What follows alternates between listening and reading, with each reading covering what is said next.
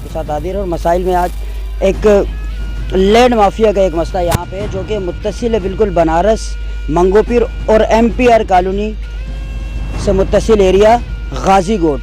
اب غازی گوٹ میں ایک مسئلہ جو جنہوں نے ہمیں یہاں پہ مدعو کیا اور طلب کیا کہ بھئی یہاں ایک قبرستان ہے غازی گوٹ کا، جو کہ نہ صرف غازی گوٹ بلکہ اطراف کی 3-4 کلومیٹر کی آبادی کے جو اپنے لواحقین ہیں وہ اپنے پیاروں کو لا کے یہاں مٹی کے سپرد کرتے ہیں، اور یہاں پر کچھ مافیا، ایک لینڈ مافیا جو کہ یہاں پہ وہ قبضہ کرنا چاہتے ہیں، اور یہاں کے جو رہائشی ہیں، یہاں کے جو باسی ہیں وہ یہ نہیں چاہتے۔ آئیے ان کے پاس چلتے ہیں کہ وہ اس زمن میں کیا بات کرتے ہیں۔ السلام علیکم۔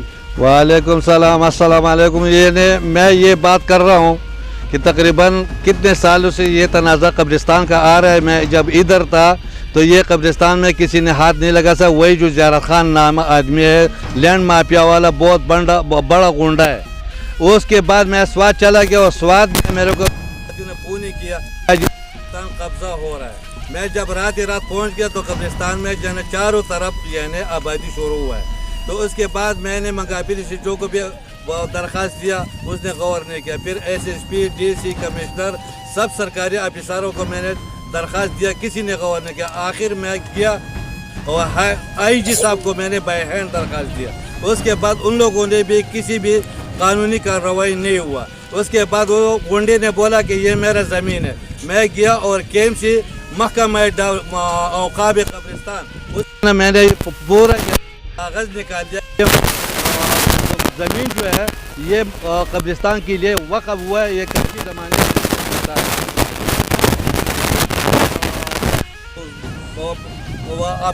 افسران لوگوں نے اس کے اوپر غور نہیں کیا۔ تو میں آخر تنگ ہو گیا اور جا کے کورٹ میں نے پیچھے اور اس کی جس نے زمینیں خریدا ہوا ہے اس کے خلاف میں نے قانونی کارروائی کر کے میں نے کیس داخل کیا۔ ابھی ایک پیشی ہوا ہے اور دوسرا پیشی کل ہوا ہے، وہ آمنے سامنے نہیں ہے۔ ابھی تک اس کے پیچھے نہ وارنٹ گرفتاری کا آیا ہوا ہے، نہ سمن آیا ہوا ہے، کوئی بھی غور نہیں کر رہا ہے۔ یہ بلکہ ہمارا اکیلا غازی گوٹ کا قبرستان نہیں ہے، چاروں طرف سے مردی یہاں آتا ہے اور وہاں دفن کرتا ہے، اور یہ چھوٹا سا قبرستان ہے۔ تو بتا کہ وہ بھی قبضہ کر رہے، تو ہم لوگوں کو تو یہ مرد کے جینے کے لیے تو چھوڑ دو۔ اگر نہیں آپ حکومت آپ بالا افسران غور نہیں کر رہے تو ادھر جو ہے نا ایک شان گارڈ بنا دو، انڈیا کی طرف جو ہے نا مطلب انڈیا کے ہندو کی طرف ہم لوگ کو جلایا کرو۔ یہ قبرستان گنڈوں کو اور لینڈ مافیاؤں کے لیے چھوڑ دو تو ہم لوگ جو ہے نا آرام سے بیٹھ جائیں گے۔ میرا 3-4 مہینہ ہو گیا اور میرے پاؤں تک گئے، میرا دماغ تک گیا، میں نے 3-4 لاکھ روپے خرچہ بھی کیا، لگا ہوا اس کے پیچھے لگا ہوا۔ آخر آج یہ تفتیشی جو ہے نا بتائیں گے یہ صاحبان لوگوں کا آیا ہوا ہے اور اس کو جو ہے نا یہ باتیں غور کرو۔ خدا کیا نام ہے آپ کا؟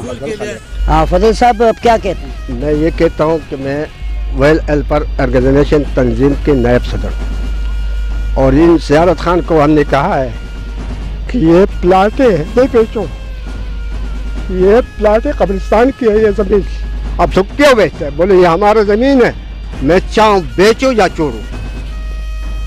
ایک بدماشی قسم کے بول ہے کہ میں بولو چھوڑو یا بیچو، تمہارے اس میں کیا ہے، یہ میرا زمین ہے۔ پھر میرا گھر پہ آ کے میرے کو بولا ہے کہ شیر افضل کے ساتھ جو بھی گھومے گا شیر افضل کے میں مار ڈالوں گا، اور جو اس کے ساتھ گھومے گا اس کو بھی مار ڈالوں گا۔ اتنا بڑا بدماشی کوئی کر نہیں سکتے پاکستان میں، لیکن پاکستان میں کوئی ہے نہیں۔ ہم نے سیٹ تانے کو، منگا پیر تانے کو، یہ مومن آباد والا تانے کو، پیر آباد والا تانے کو، اس میں ہم نے رپورٹ دیا ہے، کسی نے ایکشن نہیں لیا۔ ڈے جی کو ہم نے درخواست دیا ہے، ڈے جی نے بھی ایکشن نہیں لیا ہے۔